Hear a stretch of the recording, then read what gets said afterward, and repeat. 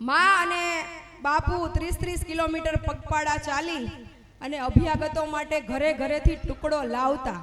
એ ટુકડો સંગ્રહ કરવાની મનાઈ હતી. આજે આજનો ટુકડો લાવી, આજે આજનો ટુકડો અભ્યાગતોને ખવડાવી, જે કંઈ પણ ટુકડો વૈધો ઘટ્યો છે એ પશુ પક્ષીઓને આપી અને એ પોતાનું ભજન કરતા.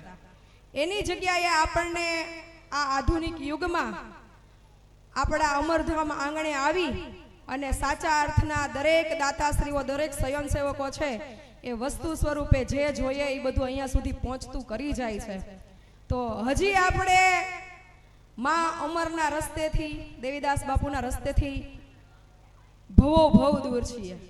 હજી આપણે એ રસ્તે ચાલતાય નથી થયા, પાપા પગલી ભરતાય નથી થયા. પણ છતાંય જ્યારે અમર રથ છે એ અષાઢી બીજના રથયાત્રા દરમિયાન હરમડિયા ધામ, હરમડિયા ગામ ખાતે ફરી રહ્યો હતો, ત્યારે અમે એક નાનકડો પ્રયત્ન કર્યો છે કે કદાચ કોઈ સમય એવો આવે, જો કે માં તો ખૂબ દયાળુ છે. મેં મારા 4 વર્ષના સંઘર્ષમાં જોયું કે માં ક્યારેય મારી પરીક્ષા નથી કરી. માં મને દરેક ખાડામાંથી, દરેક ઠોકરોમાંથી, દરેક જે મારા જીવનમાં સંઘર્ષો આવતા હતા એમાંથી મને પડ ચેતવીને ઉગારતા હતા. પણ ક્યાંક મારી સમજણ શક્તિ કે મારી દ્રષ્ટિ નહોતી, કે મને સમજાઈ નહોતું રહ્યું. ત્યારે જગતને, સગા સંબંધીઓને, મારી આજુબાજુ રહેતા બધા લોકોને એવું હતું કે જ્યારે તમે કોઈ પરમાર્થનો રસ્તો લ્યો ને ત્યારે એમાં સંઘર્ષ આવે, એમાં પરીક્ષાઓ થાય. પણ ખરેખર આ અનુભવે એવું કીધું છે કે જ્યારે તમે પરમાર્થના કાર્ય ચાલો ને ત્યારે ઈશ્વર તમારી કોઈ જાતની પરીક્ષા નથી કરતો, પણ તમે જ્યાં જ્યાં ઠેબા તમારી સમજણનો કે બુદ્ધિનો ઉપયોગ કરીને ખાવ છો ને ત્યાંથી તમને પાછા વાળે છે અને ત્યાંથી તમને ઉગારે છે. એટલે એવો તો કોઈ સમય દૂર દૂર સુધી નથી દેખાતો, પણ કદાચ એ ક્યારેય માને એવી પરીક્ષા કરવાની ઈચ્છા થાય કે જે મારા નામનું ટુકડો લઈ અને જ્યાં આ સદાવ્રતની જ્યોત જગાવી છે, જ્યાં અભ્યાગતો માટે આશરો લઈ અને સતદેવીદાસ, અમરદેવીદાસના નારા સાથે, નામ સાથે આ સેવા કાર્ય થઈ રહ્યું છે, ત્યાં સ્વયંસેવકોની કે ખુદ મારી પણ પરીક્ષા કરવાની ઈચ્છા થાય અને કદાચ અમારે જો આ જોડી લઈને ટુકડો લેવા માટે જવું પડે તો એની શુભ શરૂઆત આજે હરમડિયા ધામથી અમે કરી દીધું છે. અમે અમારું સ્વમાન, અહંકાર અમે આજે ઓગળી ગયા છીએ અને અમને અહેસાસ થઈ ગયો છે કે જો આપણી માં એ 30-30 કિલોમીટર સુધી ચાલી, વિચારો આજે આપણે એના નામના ગુણગાન ગાવા અહીંયા ભેગા થયા છીએ. કાલ રાત્રે જ્યારે શણગાર થતો હતો ત્યારે મેં કીધું હતું કે આજે માની ઝૂંપડી ફૂલથી શણગારે છે તો આટલા બધા સ્વયંસેવકો તડામાર તૈયારીઓ કરી રાત દિવસ માં અમર અને દેવીદાસ બાપુના જયકારા સાથે આ તૈયારી કરી રહ્યું છે. પણ ખરેખર જ્યારે આ પૃથ્વી ઉપર અમરમાની અને દેવીદાસ બાપુની હયાતી હશે, ધોમધોકાર વરસાદ વરસતો હશે અને માં પલળતા હશે અને ઝૂંપડી માટે ક્યાંક કંઈક ખડનો પૂરોય માગ્યો હશે તો કોઈએ દીધો હશે? કોઈએ હામુય નહીં જોયું હોય કે કોઈએ એમેય નહીં કીધું હોય કે તમે પલળો છો, તમે હેરાન થાવ છો, તમારા અભ્યાગતો દુઃખી થાય છે. તો અમે રાત દિવસ અહીંયા છીએ. એટલે ક્યાંક ને ક્યાંક તમારા બધા અને મારા ઉપર માં અમરના અવિરાત આશીર્વાદ વરસી રહ્યા છે. એટલે આપણે આ પાવન પર્વની બધા સાથે મળી અને ધામધૂમથી ઉજવણી કરી રહ્યા છીએ. સાથે સાથે આ સંઘર્ષ મારો 2013 થી શરૂ થયો હતો અને આજે 12 વર્ષ છે એ આ સંઘર્ષના પૂરા થયા. સરસ મજાનો અમરધામ આંગણે હરમડિયા ધામ ખાતે સોનાનો સૂર્યોદય ઉગ્યો અને આ સેવામાં છેલ્લા 1 વર્ષથી, કેમ કે 30/6/2024 આ જગ્યાનું આપણે ટોકન આપ્યું હતું અને આજથી 3 દિવસ પછી એક્ઝેક્ટ 1 વર્ષ થશે આ જગ્યાની આપણે જ્યારે ટોકન અમાઉન્ટ આપી એનું 1 વર્ષ 3 દિવસ પછી પૂરું થાય છે.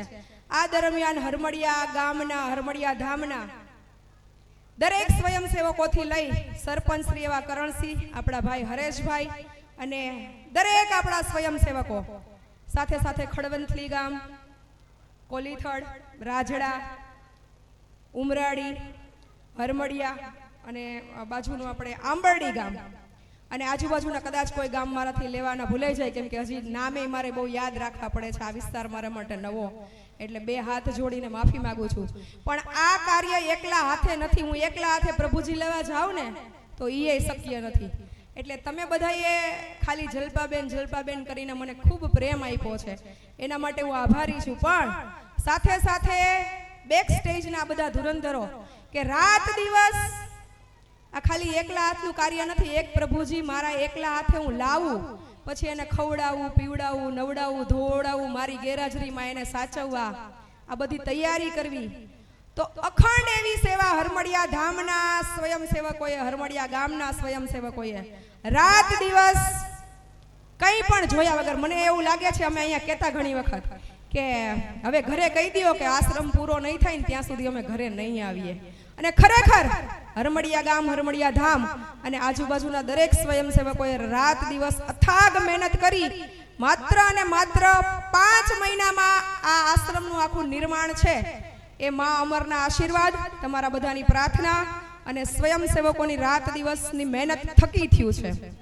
હવે સાથે મળી મા અમરને એક જ અરજ અને પ્રાર્થના છે કે આ કાર્યમાં અમે લોકો ક્યાંય પીછેહટ ન કરીએ અને આ કાર્ય જે સંકલ્પ સાથે અમે નીકળ્યા છીએ કે કદાચ સમય સારો છે અને તમે બધા અત્યારે અમારી સાથે બેઠા છો, પણ કદાચ સમય પરિવર્તન થાય, મારા પ્રારબ્ધ કર્મમાં ક્યાંય આડે પાંદડું આવે અને જ્યારે જગતે સાથ દેતું બંધ થાય ને, તો આપણી જોડી ફેરવી નહીં, અભ્યાગતોને સાચવી લેવાની તૈયારી છે. અને એના માટે તમારા બધાની પ્રાર્થના, મા અમરના આશીર્વાદ, અને ક્યારેક ઘરનો મોભી હોય ને એ આખા પરિવારને સાચવવા માટે એક વ્યક્તિએ તો પોતાનું જીવન સમર્પિત કરવું જ પડે. એમ અમરધામ આશ્રમ ખાતે કેટલાય એવા સ્વયંસેવકો છે કે જે રાત દિવસ, જયદીપ છે, પાર્થભાઈ છે, જે 6 મહિના, વર્ષ દિવસથી ઘરે નથી ગયા, ઇવન 2 મહિનાથી ઘરે એના મા બાપને ફોન નથી કર્યા. અને એવી જ રીતે અમારા ભાઈ અશોકભાઈ કાકડિયા, કારણ કે આજથી 4 વર્ષ પહેલા જ્યારે હું અતિ સંઘર્ષમાં લડતી હતી ત્યારે એટલું જ કીધું હતું કે બેન તારી ભક્તિમાં ખોટ ન આવવા દેતી, પાછળ આર્થિક રીતે કે શારીરિક રીતે, માનસિક રીતે જ્યાં જરૂર પડે ત્યાં હું બેઠો છું. એટલે વર્ષના 6 મહિના એ ફોરેન ટૂરમાં હોય અને અહીંયાથી ખાલી એટલું જ કે બેન અટકે તો મૂંઝાતી નહીં, હું બેઠો છું. એવા જ એમના પપ્પા, એવા જ એમના મમ્મી, જોકે આખા કાકડિયા પરિવારે મને એક પોતાની દીકરી છેલ્લે એક દિવસ એવી આવી હતી જ્યારે જાહેરમાં ન કહેવાય, પણ આજે કહું છું કે રાત્રે 12 વાગે મેં ખાલી એટલું કીધું હતું ભાઈને કે હાલ ગાડી લઈને હાઈવે ઉપર ગાડી ચડાવ. અને હું ને અશોકભાઈ રાત્રે 12, 12:30 નીકળ્યા હતા. બહુ લાંબો ટાઈમ નથી થયો, 1 વર્ષ થયું છે. અને ભાઈને એવું કીધું હતું કે મારી દીકરીને સાચવી લે અને આશ્રમ સાચવી લે, હું ખાલી આશ્રમે બેઠી બેઠી સેવા કરીશ, મારી બધી અપેક્ષાઓ તું છોડી દેજે. અને ત્યારે ભાઈએ એવું કીધું હતું કે બેન ગાડી પાછી વળી લે, હજી આપણા એટલા નબળા દિવસો કે આપણો એટલો નબળો સમય નથી આવ્યો, પણ તારે અભ્યાગતો માટે જીવવાનું છે, તારે અભ્યાગતો માટે સેવા કરવાની છે, તું તારી ભક્તિમાં કાંઈ ખોટ નહીં રાખીશ. અને એનો ઈશ્વર સાક્ષી છે કે જેટલા બી અહીંયા પ્રભુજીઓ આવ્યા છે, મેં હૃદયથી ક્યારેય અંતરો નથી રાખ્યો. અને એટલે જ આજે મા અમરની અસીમ કૃપા આપણા બધા પર વરસી છે.